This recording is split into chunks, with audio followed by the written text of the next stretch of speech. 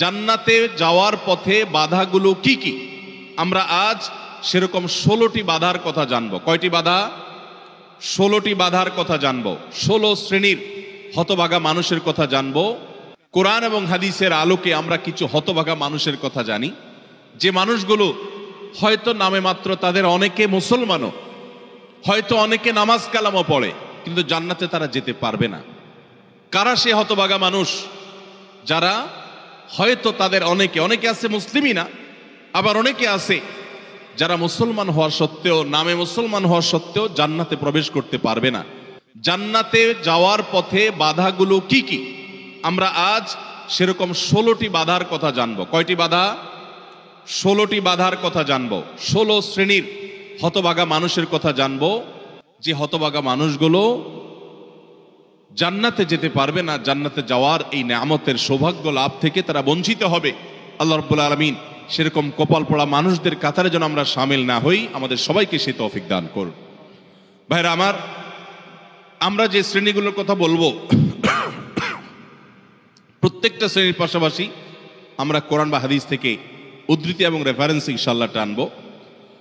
আপনাদের কাজ হলো, আমাদের সবার কাজ হলো, এই 16 প্রকার হতভাগা মানুষের কোনো একটা প্রকার এর মধ্যে আমি নিজে আছি কিনা সেটা মেলানো।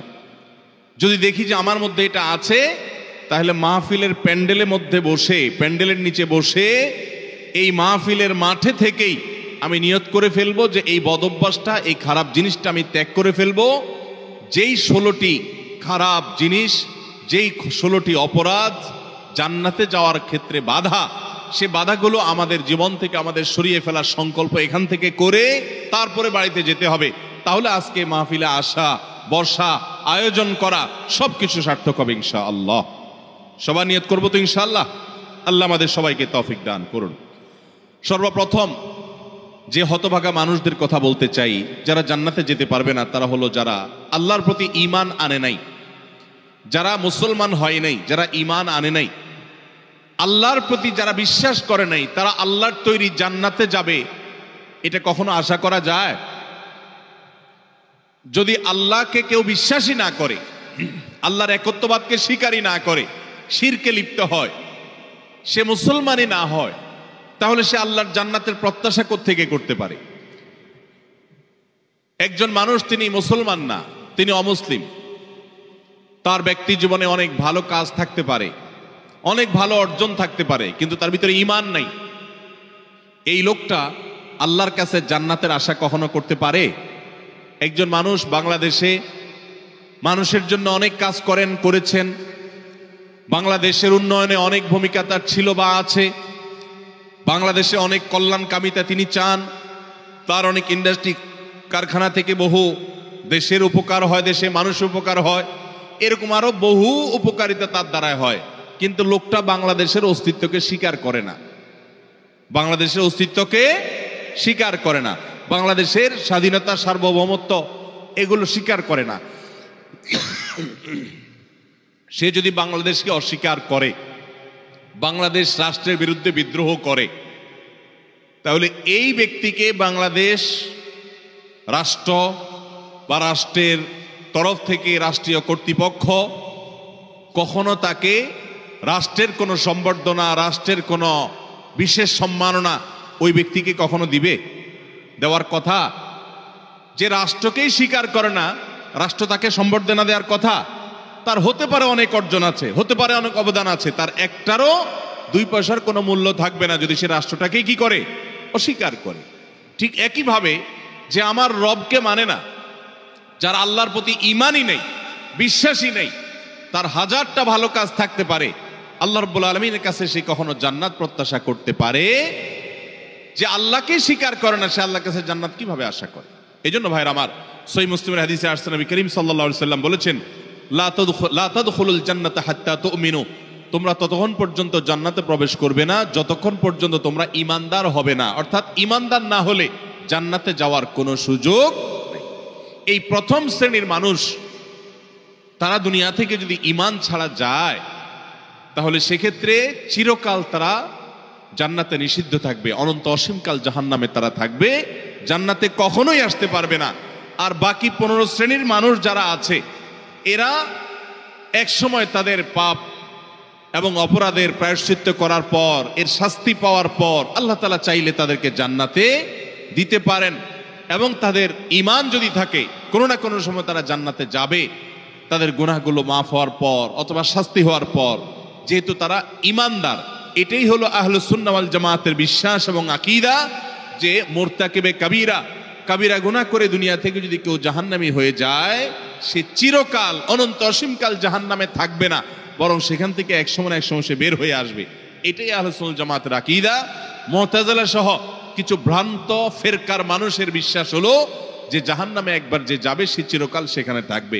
বিভিন্ন আয়াতের অপব্যাখ্যা তারা করে থাকেন। যাই হোক, তাহলে প্রথম শ্রেণীর কথা আমরা জানলাম, যারা জান্নাতে নো এন্ট্রি, তাদের জান্নাতে প্রবেশের সুযোগ থাকবে না, তারা হলো যাদের আল্লাহর প্রতি ঈমান নাই, যারা মুসলমান না, যারা ঈমানদার না, তারা চিরকালের জন্য জান্নাতে নিষিদ্ধ থাকবে। এক নাম্বার 2, দ্বিতীয় যে প্রকারের মানুষ জান্নাতে যেতে পারবে না, বা দ্বিতীয় যে বিষয়টি জান্নাতে যাওয়ার পথে বাধা, সেটি হলো আত্মীয়তার সম্পর্ক ছিন্ন করা।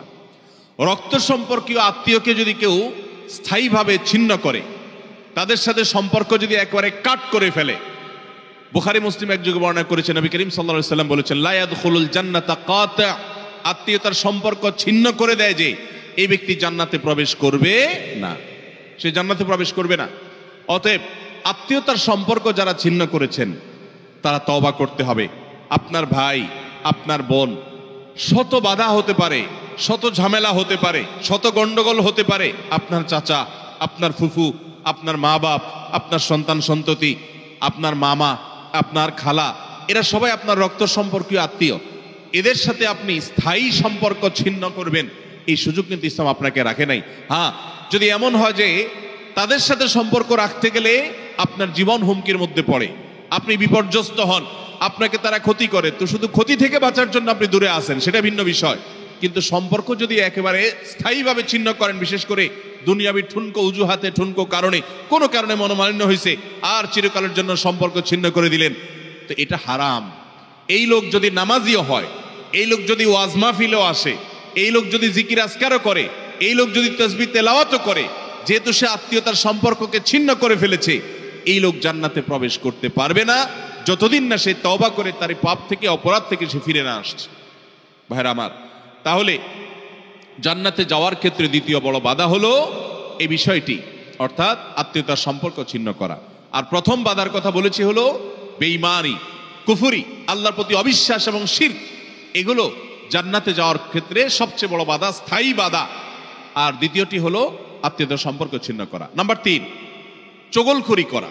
এই বদভ্যাস আমাদের সমাজে এখন প্রচুর পরিমাণে আছে। অনেক মানুষ আছে দেখবেন মুখে দাঁড়িয়ে আছে, মাথায় টুপিও আছে, হয়তো নামাজ কালামও পড়ে, কিন্তু চগলখড়ির বদ অভ্যাস আছে, এই চরিত্রটা আছে যে আমার কাছে এসে ওনার বদনামি করবে, ওনার কাছে গিয়ে আমার বদনামি করবে, আমার কাছে এসে আমাকে পামপট্টি দিবে, ওনার কাছে গিয়ে ওনারে পামপট্টি দিবে। এরকম লোক আছে না নাই? ঘরে ঘরে, আল্লাহ মাফ করুন, আমাদের অনেকের মধ্যে এই চরিত্রটা আছে না নাই? নবী করিম সাল্লাল্লাহু আলাইহি সাল্লাম এই চগলখড়ি সম্পর্কে সহিহ মুসলিম বর্ণিত হাদিসে বলেছেন, লা ইয়াদখুলুল জান্নাতা নাম্মাম, চগলখোর জান্নাতে প্রবেশ করবে না। জান্নাতে প্রবেশের ক্ষেত্রে আরেকটি বড় বাধা, আরেকটি বড় দেয়াল, আরেকটি বড় প্রাচীর হলো এই চগলখড়ির চরিত্র। ভাইরা আমার, আসুন তওবা করি, চগলখড়ি করব না। কারোর ভালো কিছু পেলে সেটা তার পেছনে অন্যদের কাছে বলবো, আর মন্দ কিছু হলে তার সামনে বলবো। তার সামনে এসে একরকম, তার পেছনে গিয়ে আরেক রকম, সামনে এসে তার প্রশংসা, পেছনে গিয়ে তার দুর্নাম। এই দুশ্চরিত্র অনেক অনেক নেকামলকারী মানুষ, নামাজ কালামওয়ালা মানুষ, জিকির আজকারওয়ালা মানুষ, অনেক ইসলামের কাজ করেওয়ালা মানুষ, দাওয়াতের কাজ করেওয়ালা মানুষ, তাদের মধ্যে এই বদভ্যাস, এই দুশ্চরিত্র, এই খারাপ জিনিস আছে। ভাইরা আমার, আমরা বেশিরভাগ মানুষ চুরি করি না, ডাকাতি করি না, মদ খাই না, মানুষ হত্যা করি না, জেনা করি না, খুন খারাপি করি না, ছিনতাই রাহাজানি করি না। বেশিরভাগ মানুষ এই মাহফিলে আমরা যারা আছি, আমার কথা যারা শুনছেন, বেশিরভাগ মানুষই এই মোটা মোটা বড় বড় অপরাধগুলো আমরা করি না।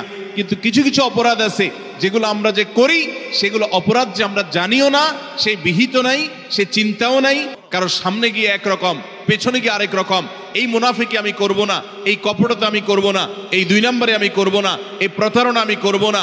কোনো মানুষের সামনে গিয়ে ভালো সাজবো, পেছনে গিয়ে দুর্নাম করব না, আরেকজনের কাছে গিয়ে তার দুর্নাম করা, আর আবার তার কাছে গিয়ে আরেকজনের দুর্নাম করা, অর্থাৎ দুজনের মধ্যে লাগালাগি করে দেওয়ার জন্য যে ভূমিকা, সেই ভূমিকা অবতীর্ণ হওয়া, এই চগলখড়ি, এটা হলো জান্নাতে যাওয়ার ক্ষেত্রে তৃতীয় বড় বাধা। চগলখোর সে জান্নাতে নো এন্ট্রি থাকবে। আল্লাহ তাআলা আমাদের সবাইকে এই বদভ্যাস পরিত্যাগ করার তৌফিক দান করুন। নাম্বার 4, প্রতিবেশীকে যে কষ্ট দেয় এই লোকও জান্নাতে যেতে পারবে না। জান্নাতে যাওয়ার ক্ষেত্রে বড় বাধা হলো এই বদভ্যাস এবং খারাপ জিনিস, এই অপরাধ, প্রতিবেশীকে কষ্ট দেওয়া। এটাকেও আমরা অনেকে গুনাহের কাজ মনে করি না। অনেক লোক আছে দেখবেন গোটা দুনিয়ার সব মানুষের সাথে তার সম্পর্ক ভালো, কিন্তু নিজের প্রতিবেশীর সাথে সম্পর্কটা কি নাই, ভালো নাই। আছে না নাই? নিজের পাশের জমিদার দেখা যায় আইলটা তার জমির দিকে ঠেলা হয়। আছে না নাই? তাহলে এটা প্রতিবেশী হক আদায় হলো না হক নষ্ট হলো? আরেকজনের সীমানার বরাবর গিয়ে এমন গাছ লাগাইলেন ইচ্ছাকৃতভাবে যাতে করে গাছের গোড়াটা আপনার এখানে থাকে আর গাছের ডালগুলা সব গিয়ে তার জমিতে পড়ে। আছে না নাই? অনেক ভালো ভালো মানুষ, অন্য দিক থেকে ভালো, এরকম অনেক মানুষ এই কাজ করি কি করি না আমরা? আমি নিজেই জানি যে আমার এই যে সীমানায় গাছগুলো লাগাচ্ছি, এই গাছগুলোর ছায়া পড়ে তার ফসল নষ্ট হবে, তার জায়গাতে ছায়া পড়ে থেকে অনেক ফসল হবে না, ক্ষতি হবে। তারপর আমি লাগাই, ক্ষতি করার জন্যই লাগাই, যে গাছের গোড়াটা আমার থাকবে, আগাটা সব তার ঘাড়ের উপরে, তার জমির উপরে গিয়ে পড়বে, তার সীমানার উপরে গিয়ে পড়বে, ভোগ করব আমি। আছে না নাই? ভাইরা আমার, হাঁস দিয়ে, মোরগ দিয়ে, সন্তান দিয়ে বিভিন্ন ভাবে প্রতিবেশীকে আমরা অনেকে কষ্ট দেই। নবী করিম সাল্লাল্লাহু আলাইহি ওয়াসাল্লাম সহিহ মুসলিম বর্ণিত হাদিসে বলেছেন, লা ইয়াদখুলুল জান্নাতা মান লা ইয়ামানু জারুহু বাওয়াইকাহু। যে ব্যক্তির প্রতিবেশী তার হাত, মুখ এগুলোর কষ্ট দ্বারা, তার ক্ষতি এবং অনিষ্ট থেকে যে ব্যক্তি নিরাপদে থাকে না, অর্থাৎ প্রতিবেশীকে যে শান্তিতে রাখে না, প্রতিবেশীকে বিভিন্ন ভাবে কষ্ট দেয়, এই ব্যক্তি জান্নাতে প্রবেশ করতে পারবে না। আপনারা অনেকে একটা হাদিস শুনেছেন, বিখ্যাত প্রসিদ্ধ একটা হাদিস। নবী করিম সাল্লাল্লাহু আলাইহি ওয়াসাল্লামের কাছে বলা হলো, হে আল্লাহর রাসূল, অমুক ব্যক্তি খুব নফল নামাজ রোজা করত, খুব দান সাদাকা করত এবং সব ভালো আমলগুলো করত, ফরজ তো করত, নফলও করত। ফরজ 5 ওয়াক্ত তো পড়তো, আবার নফল নামাজও পড়তো, ধরেন তাহাজ্জুদ, ইশরাক সব পড়তো, যাকাত তো দিত, আবার এমনিও দান করত। তার আমলের কোনো কমতি ছিল না। একটা দুর্বলতা ছিল যে প্রতিবেশীকে সে কষ্ট দিত, ঝগড়াঝাটি করত, তাদের হক নষ্ট করত। নবী করিম সাল্লাল্লাহু আলাইহি সাল্লাম বলেছেন, সে জাহান্নামী। তোমরা যার কথা বলেছো, আল্লাহ তাআলা ওহীর মাধ্যমে নবীকে জানিয়ে দিয়েছেন তার পরিণতি হলো জাহান্নাম। তার কোনো নামাজ, তার কোনো রোজা, তার কোনো ইবাদত, তার কোনো দান সাদাকা এগুলো তাকে রক্ষা করতে পারে নাই, সে জাহান্নামে যাবে, কারণ তার প্রতিবেশীকে সে কষ্ট দিয়েছে। এর বিপরীতে নবীজি সাল্লাল্লাহু আলাইহি সাল্লামকে বলা হলো যে আরেকজনের কথা আমরা জানি, শুধু ফরজ নামাজগুলো পড়তো, নফল নামাজ পড়ার সময় পাইতো না, শুধু ফরজ কাজগুলো করতো, অতিরিক্ত দান সাদাকার সুযোগও পেত না, কিন্তু তার একটা ভালো গুণ ছিল, সে প্রতিবেশীদের সাথে সুসম্পর্ক বজায় রাখতো। তারা যদিও খুব বেশি ভালো ছিল না, কিন্তু সে ভালো থাকার চেষ্টা করত, নিজে থেকে তাদের যেন কষ্ট না হয় এটা খেয়াল রাখতো। নবী সাল্লাল্লাহু আলাইহি সাল্লাম বলেছেন, এই লোকটা জান্নাতি। ভাইরা আমার, প্রতিবেশী যে কত বড় একটা ব্যাপার, এটা আমরা বেশিরভাগ মানুষ বুঝি না। গ্রাম বলেন, শহর বলেন, বেশিরভাগ জায়গায় আমরা প্রতিবেশীর হক নষ্ট করি। প্রতিবেশীকে জানেন? আপনার রক্ত সম্পর্কীয় আত্মীয়, যেমন মা বাবা, সন্তান সন্ততি, ছেলে মেয়ে, ভাই বোন, একেবারে এ ক্লাসের আত্মীয়, যারা এ ক্লাসের প্রথম সারির, যারা রক্ত সম্পর্কীয় আপনার বাবার দিককার, বাপ মা, ছেলে মেয়ে, ভাই বোন, চাচা ফুফু, এদেরকে বলা হয় এ ক্লাসের আত্মীয়, একদম প্রথম শ্রেণীর। এই আত্মীয়দের পরে সবচেয়ে যার হক আপনার কাছে সবচেয়ে বেশি, তারা হলো আপনার প্রতিবেশী। বেশিরভাগ ক্ষেত্রে দেখবেন প্রতিবেশীর সাথে সম্পর্ক ভালো নাই, আইল ঠেলা ঠেলি, গন্ডগোল, ফাসাদ, ঝগড়া ঝাঁটি, মারামারি, গ্রামে এক ধরনের, শহরে আরেক ধরনের। শহরে ধরেন ধুমধাড়াক্কা গানের ভলিউম দিয়ে আশপাশের প্রতিবেশীকে কষ্ট দিচ্ছেন, ময়লাটা বের করে আপনি আপনার দরজার সামনে রাখছেন, প্রতিবেশী বের হয়ে নাকে হাত দিতে হয়েছে, আপনার জুতাগুলো তার ফ্ল্যাটের সামনে চলে গেছে, তাকে আপনি কষ্ট দিচ্ছেন। আপনার বিল্ডিং এর পাশের জায়গাটা খালি আছে, ময়লাটা সেখানে ফেলতেছেন। আপনার বাচ্চাদেরকে দিয়ে তারে কষ্ট দিচ্ছেন। গ্রামে দেখা যায় হাঁস মুরগি দিয়ে প্রতিবেশীকে কষ্ট দিচ্ছেন। আপনার ছাগল গিয়ে তার জিনিসপত্র খেয়ে ফেলছে, আপনার বাচ্চারা গিয়ে তাকে ডিস্টার্ব করছে, আপনার গাছগুলো গিয়ে ছায়া হয়ে তার জায়গাতে ক্ষতি করছে, তার জায়গা বরাবর আপনি পুকুর কাটতেছেন যাতে করে ভেঙে আপনার এখানে পড়ে। এক কথায় নানাভাবে আমরা প্রতিবেশীকে ক্ষতিগ্রস্ত করছি। এমনকি অনেক মানুষ অন্য অনেক ক্ষেত্রে প্র্যাকটিসিং মুসলমান হওয়ার সত্ত্বেও এই কাজটা করছে। নবী সাল্লাল্লাহু আলাইহি ওয়াসাল্লাম বলেছেন, খবরদার, যে ব্যক্তি প্রতিবেশীকে কষ্ট দেয়, প্রতিবেশী তার হাত মুখ দ্বারা কষ্ট পায়, এই লোক জান্নাতে যেতে পারবে না। তাহলে 4 নম্বর আমরা পেলাম, জান্নাতে যাওয়ার ক্ষেত্রে বাধা হলো প্রতিবেশীকে কষ্ট দেওয়া। আল্লাহ তাআলা এই বদঅভ্যাস এবং এই গুনাহ থেকে, অপরাধ থেকে আমাদেরকে বেরিয়ে আসার তৌফিক দান করুন।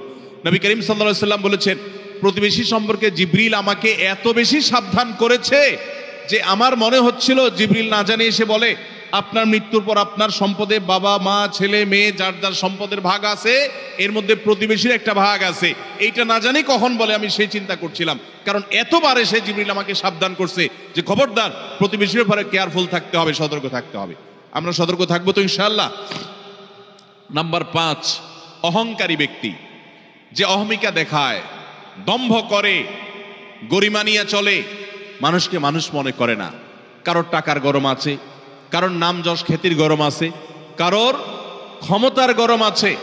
আল্লাহ তাআলা এক একজনকে এক একটা দিয়ে পরীক্ষা করেন। এগুলোর মাধ্যমে যারা অহংকারী হয়ে যায়, এগুলোর কারণে যারা অহংকারী হয়ে যায়, এই অহংকারী ব্যক্তি কখনো জান্নাতে যাবে না। সহিহ মুসলিমের হাদিসে আসছে, নবী করিম সাল্লাল্লাহু আলাইহি ওয়াসাল্লাম বলেছেন, লা ইয়াদখুলুল জান্নাতা মান কানা ফি কলবিহি মিসকালু যাররাতিন মিন কিবরিন, যেই ব্যক্তির অন্তরে যাররা পরিমাণ অহংকার থাকবে, দম্ভ থাকবে, এই মুতাকাব্বির অহংকারী ব্যক্তি জান্নাতে কখনো প্রবেশ করবে না। আল্লাহ রাব্বুল আলামিন হাদিসে কুদসিতে বলেছেন, অহংকার হলো আমার চাদর। অহংকার হলো কার চাদর ভাই? আল্লাহ তাআলার চাদর। এই চাদর নিয়ে যদি কেউ টানাটানি করে, আল্লাহ রাব্বুল আলামিন তাকে ছিন্ন বিচ্ছিন্ন করে ছাড়বেন, তাকে আল্লাহ তাআলা কখনো জান্নাত দিবেন। এজন্য ভাইরা সবসময় বিনয়ী হয়ে থাকতে হবে। জান্নাতি লোকদের কিছু মার্কা আছে, এর ভিতরে একটা মার্কা হলো তারা বিনয়ী থাকবে, মাটির মানুষ হয়ে থাকবে, নিরীহ হয়ে থাকবে। তাদের উপরে সবাই চড়াও হতে চাইলেও তারা চড়াও হবে না, অর্থাৎ বিনম্র থাকবে। এটা জান্নাতি লোকদের মার্কা। এই জন্য ভাইরা বিনয়ী হতে হবে। 5 নম্বর, যারা জান্নাতে যেতে পারবে না, জান্নাতে যাওয়ার ক্ষেত্রে বাধা হলো অহংকার, সে অহংকারী মানুষ। 6 নম্বর হলো প্রতারক। 7 নম্বর হলো দান করে খোটা দেয় যে সে। আর 8 নম্বর হলো কৃপণ। আর এই তিনটি তিরমিজি বর্ণিত হাদিসে বর্ণিত হয়েছে। নবী করিম সাল্লাল্লাহু আলাইহি ওয়াসাল্লাম বলেছেন, লা ইয়াদখুলুল জান্নাতা খাব্বুন ওয়ালা মান্নানুন ওয়ালা বাখিল, যে ব্যক্তি কাউকে প্রতারণা করে, ধোঁকা দেয়। এখন আমাদের সমাজে মুসলমানদের মধ্যে ধোঁকা দেনওয়ালা মানুষের সংখ্যা কি কম না বেশি? দোকানদার বলেন, ব্যবসায়ী বলেন, চাকরিজীবী বলেন, যার কথাই বলেন, এমনকি নেতারা বলেন, জনগণকে ধোঁকা দেয়। ঠিক না ভাই? ঠিক। সবাই যার যার জায়গা থেকে কে কাকে ল্যাং মারবে, কে কাকে ধোঁকা দিবে, এটাই হলো আমাদের কাজ এখন। অথচ ধোঁকাবাজ, প্রতারক, চিটার, বাটপার, এই লোকগুলো কখনো জান্নাতে যেতে পারবে। নবী করিম সাল্লাল্লাহু আলাইহি ওয়াসাল্লাম এই হাদিস বলছে যে প্রতারক জান্নাতে যাবে না। দ্বিতীয়ত, মান্নান, অর্থাৎ দান করে যে খোটা দেয়, এই লোকও জান্নাতে যেতে পারবে না। দান করে খোটা দেওয়ার বদভ্যাস আছে না নাই আমাদের অনেকের? দান করেছেন আল্লাহকে খুশি করার জন্য, যদি আপনি খোটা দেন তাহলে আপনার দান বরবাদ হয়ে যায়, ওটা নষ্ট হয়ে যায়। আল্লাহ বলেছেন, লা তুবতিলু সাদাকাতিকুম বিল মান্নি ওয়াল আযা, তোমরা দান করার পর খোটা দিয়া, কষ্ট দিয়া, যাকে দান করছো তাকে কষ্ট হয় এরকম কথা বলে ওই দানকে বরবাদ করে দিও না। আমরা অনেকে এই কাজ করি। দান করেছেন, ওই ব্যক্তির কাছ থেকে থ্যাঙ্কসের আশাও করবেন না। থ্যাঙ্কস মানে কৃতজ্ঞতা সে আদায় করবে, শুকরিয়া দিবে, সে আপনার স্বীকৃতি দিবে, এই আশাটাও আপনি করতে যাবেন না। আল্লাহ কোরআনে কারীমে সূরা দাহরের মধ্যে জান্নাতি এবং নেককারদের বৈশিষ্ট্য বলতে গিয়ে বলেছেন, ওয়ায়ুতঈমুনাত তুআমা আলা হুব্বিহি মিসকিনাও ওয়া ইয়াতীমান ওয়া আসীরা, জান্নাতি মানুষগুলো, আবরার এবং নেককাররা হলো তারা আল্লাহর মহব্বতে মিসকিনকে, বন্দীকে, অন্যান্য অভাবী মানুষদেরকে তারা খাদ্য দেয় এবং বলে, ইন্নামা নুতঈমুকুম লিওয়াজহিল্লাহ লা নুরিদু মিনকুম জাযাআও ওয়ালা শুকুরা, তারা বলে আমরা আল্লাহর জন্য তোমাদেরকে খাদ্য দিচ্ছি, তোমাদের কাছ থেকে এর কোনো ফিডব্যাক বিনিময় তো চাই না, এমনকি শুকরিয়া তোমরা যে আমাদেরকে থ্যাঙ্কস বলবা সেটা পর্যন্ত আমরা আশা করি না, দরকার নেই। আল্লাহর কাছে এইভাবে সওয়াবের আশা করা, বান্দার কাছে খোটা না দেওয়া 7 নম্বর। 8 নম্বর হলো কৃপণতা, এটা জাহান্নামের যাওয়ার অন্যতম বড় মাধ্যম। নাম্বার 10 মাতা পিতার অবাধ্য। নাম্বার 11 নেশাগ্রস্ত, নেশায় আসক্ত। এই সম্পর্কে নাসাই বর্ণিত হাদিসে আসছে নবী করিম সাল্লাল্লাহু আলাইহি ওয়াসাল্লাম বলেছেন, লা ইয়াদখুলুল জান্নাতা আকুন ওয়ালা মান্নান ওয়ালা মুদমিনু খামরিন। জান্নাতে যেতে পারবে না মা বাবার নাফরমান, মা বাবার অবাধ্য, মা বাবার সাথে বেয়াদবি করে, মা বাবার যৌক্তিক নির্দেশগুলোকে লঙ্ঘন করে। অনেক মানুষ আছে দেখবেন নামাজ কালাম পড়ে, কপালে সিজদা পড়ে গেছে, অন্য অনেক ভালো কাজ করে, কিন্তু মা বাবার প্রতি তিনি অনুগত নন, তাদের সাথে নাফরমানি করে। এই সন্তান কখনো জান্নাতে যেতে পারবে না যাবত না আল্লাহ তাআলা তাকে মাফ না করেন, অথবা তার এই পাপের প্রায়শ্চিত্ত সে না করে। অর্থাৎ এটা জান্নাতে যাওয়ার ক্ষেত্রে বাধা, মাতা পিতার নাফরমান। আর 11 নম্বর হলো মাদকে আসক্ত, যেটা এই একই হাদিসে নাসাই বর্ণিত হাদিসে আছে। মাদক আসক্ত অর্থাৎ মাদক সেবন করতে করতে এটা দেশে অভ্যস্ত হয়ে পড়েছে, এটা স্থায়ী রোগে পরিণত হয়েছে, এই লোকটাও জান্নাতে যেতে পারবে না। 12 নম্বর হলো ওই লোক যার শরীর হারাম দ্বারা গঠিত হয়েছে, যার গোশত মাংস রক্ত হারাম খেয়ে হারাম উপার্জন করে করে এগুলো গঠিত হয়েছে, সেটা সুদের টাকায় হোক, সেটা ঘুষের টাকায় হোক, সেটা চুরির টাকায় হোক, সেটা দুর্নীতির টাকায় হোক, সেটা যেভাবেই হোক না কেন। এই সম্পর্কে মুসনাদ আহমদের হাদিস আছে, নবী করিম সাল্লাল্লাহু আলাইহি ওয়াসাল্লাম বলেছেন, লা ইয়াদখুলুল জান্নাতা জাসাদুন নাবাতা বিসসুহত। যে শরীর হারাম দ্বারা বৃদ্ধি হয়েছে, হারাম দ্বারা গঠিত হয়েছে, সে শরীর জান্নাতে প্রবেশ করবে না। এটা হলো 12 নম্বর। 13 নম্বর হলো অহংকারী ব্যক্তি, যে শুধু অহংকার করে তা নয়, অহংকারের পাশাপাশি আরেকটা বদঅভ্যাস আছে, আরেকটা রোগ আছে, যে রীতিমতো কাউকে পাত্তা দেয় না এবং গোয়ার কিসিমের হয়, গোয়ার কিসিমের হয়, খুব তেড়া কিসিমের হয়, শক্ত মেজাজি হয়, কোনোভাবেই সে নরম হতে চায় না। এই অতুল এবং জাওয়াজ আবু দাউদ শরীফের হাদিসের বর্ণনা মতে এই টাইপের মানুষও জান্নাতে যেতে পারবে না, যারা অনেক বেশি এরকম গোয়ার হয় এবং রূঢ় স্বভাবের হয়। স্বভাবটাই হলো রূঢ়, স্বভাবটাই হলো রুষ্ট, সে সবসময় মানুষের সাথে এরকম কঠোর স্বভাবের হয়, তার মনটাই হলো পাথরের মতো। এই মানুষগুলো জান্নাতে যেতে পারবে না, এবং আবু দাউদের হাদিস সেটি বলছে। আর 14 নম্বর হলো গণক, যে ভবিষ্যতে কি হবে না হবে মানুষের সমস্ত গণক গণনা করে বিভিন্ন খবর বলে দেয়। অনেক সময় এগুলো সত্য হয়, এবং কুফরি কালাম করে শয়তানের আশ্রয় নিয়ে ব্ল্যাক ম্যাজিকের মাধ্যমে, জাদুবিদ্যার মাধ্যমে বিভিন্নভাবে এরকম অনেক কিছু বলতে পারে তারা, এবং সেগুলো খেটেও যেতে পারে, অস্বাভাবিক নয়। কিন্তু এই যে অসৎ উপায়ে কুফরি কালামের মাধ্যমে, জাদুর মাধ্যমে শয়তানের আশ্রয় নিয়ে ভবিষ্যৎ সম্পর্কে বলে দেয়, এই রকম গণক যারা, এরাও জান্নাতে যেতে পারবে না। এমনকি তাদের কাছে যারা যায়, যারা তাদের কথা বিশ্বাস করে, আস্থা রাখে, এদের ইবাদত পর্যন্ত একটা মেয়াদ পর্যন্ত কবুল হবে না, হাদিসে বলা হয়েছে। তাহলে 14 প্রকার হলো এই গণক। আর 15 নম্বর হলো জাদুকর, যারা ব্ল্যাক ম্যাজিক করে মানুষকে। আজকাল এই ব্ল্যাক ম্যাজিক ভাই ঘরে ঘরে হয়ে গেছে, ঘরে ঘরে দুষ্ট জিনকে দিয়ে শয়তানের আশ্রয় নিয়ে ব্ল্যাক ম্যাজিশিয়ানরা ব্ল্যাক ম্যাজিক করে। দেখবেন যে বিভিন্ন পোস্টারে লেখা কামরূপ কামাখ্যা থেকে প্রশিক্ষণ প্রাপ্ত, আছে না নাই?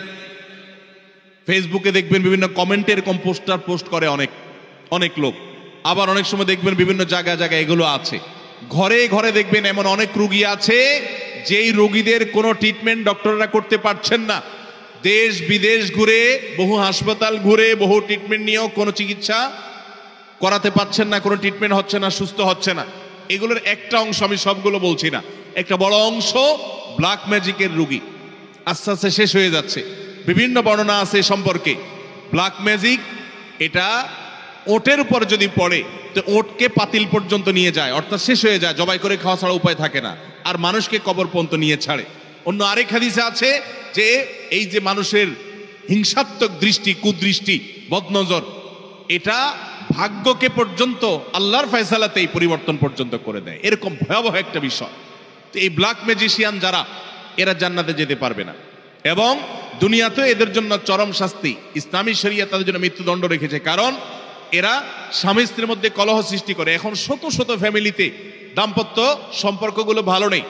আমার কাছে এরকম শত শত হিস্ট্রি আসে যে স্বামী স্ত্রীর একসময় সম্পর্ক খুব ভালো ছিল, হঠাৎ করে তাদের আর সম্পর্ক ভালো নাই, কেউ কাউকে সহ্য করতে পারছেন না, কেউ একজন ব্ল্যাক ম্যাজিক করেছে। এবং দেখবেন বাসা বাড়িতে অনেক সময় দেখা যায় অস্বাভাবিক জায়গাতে তাবিজ কবজ পাওয়া যায়, আছে না নাই এরকম? কে বা কারা রাখছে, চুল কেটে নিয়ে যায়, জামা কাটা সেটা কেটে নিয়ে যায়, ব্ল্যাক ম্যাজিকের উপাদান এগুলো অনেক সময় হয়। আমরা অনেকে এগুলো জেনেও না জানার ভান করে থাকি, অনেকে জেনেও সেটা সঠিকভাবে এটা রহস্য উদ্ঘাটনের চেষ্টা করি না। তো এই ব্ল্যাক ম্যাজিশিয়ান যারা, এরা সমাজে অশান্তি সৃষ্টি করে, দাম্পত্য জীবনে কলহ সৃষ্টি করে, মানুষের ক্ষতি করে। এরকম অনেক লোক আছে তাবিজ ব্যবসায়ী, তারা তাবিজের ব্যবসার আড়ালে তারা মূলত এই ব্ল্যাক ম্যাজিকটা করে। এই ব্ল্যাক ম্যাজিশিয়ান যারা, তারা জান্নাতে যেতে পারবে না। এটা হলো 15 নম্বর। 16 নম্বর হলো যারা সিল্কের পোশাক পরে পুরুষ হয়ে, নবী করিম সাল্লাল্লাহু আলাইহি সাল্লামের হাদিসে তাদেরকেও জান্নাতে নো এন্ট্রির কথা বলা হয়েছে। জান্নাতে যাওয়ার ক্ষেত্রে সেটাও বড় একটা বাধা। তাহলে 16 প্রকারের মানুষ পেলাম যারা জান্নাতে যেতে পারবে না বলে নবী করিম সাল্লাল্লাহু আলাইহি সাল্লামের বিভিন্ন হাদিসে সাবধান করা হয়েছে, সতর্ক করা হয়েছে, কোরআনের বিভিন্ন আয়াতে সাবধান করা হয়েছে যে এই 16 প্রকারের মানুষ তারা জান্নাতে যেতে পারবে না। শুধু 16 প্রকার নয়, এরকম আরো আছে, কোরআন হাদিস ঘাটলে পাওয়া যাবে। আমি 16 প্রকার শুধুমাত্র কোরআন এবং হাদিস থেকে আপনাদের জন্য উপস্থাপন করলাম যে এই মানুষগুলো জান্নাতে যেতে পারবে না। আমরা শুরুতে বলেছি ইমানদারের সবচেয়ে বড় চাওয়া হলো, টার্গেট হলো জান্নাতে যাওয়া। সে জান্নাতেই যদি যেতে না পারি, তাহলে আমার আর এই দুনিয়াতে আমার কর্ম, আমার ইমান, এগুলো আমাকে কি উপকার করলো? যদিও ইমান থাকলে আপনি এই সমস্ত গুনাহগুলো লিপ্ত হওয়ার কারণে জাহান্নামে গেলেও একসময় আপনি জান্নাতে আসবেন, এটাই আহলে সুন্নাত জামাতের আকীদা, এটাই বিশুদ্ধ বিশ্বাস। কিন্তু তারপরেও জাহান্নাম তো এমন জায়গা যেখানে এক মুহূর্তের জন্য গিয়ে সহ্য করার কথা নয়। অতএব ইমানদার প্রথম চান্সে জান্নাতে যেতে চাইবে। আর প্রথম চান্সে যদি জান্নাতে যেতে চান, জাহান্নামের কোনো স্পর্শ ছাড়া যদি জান্নাতে যেতে চান, তাহলে এই 16 বদঅভ্যাস থেকে, 16টি অপরাধ থেকে নিজেকে বাঁচাবার চেষ্টা করতে হবে। আল্লাহ আমাদের সবাইকে সেই তৌফিক দান করুন।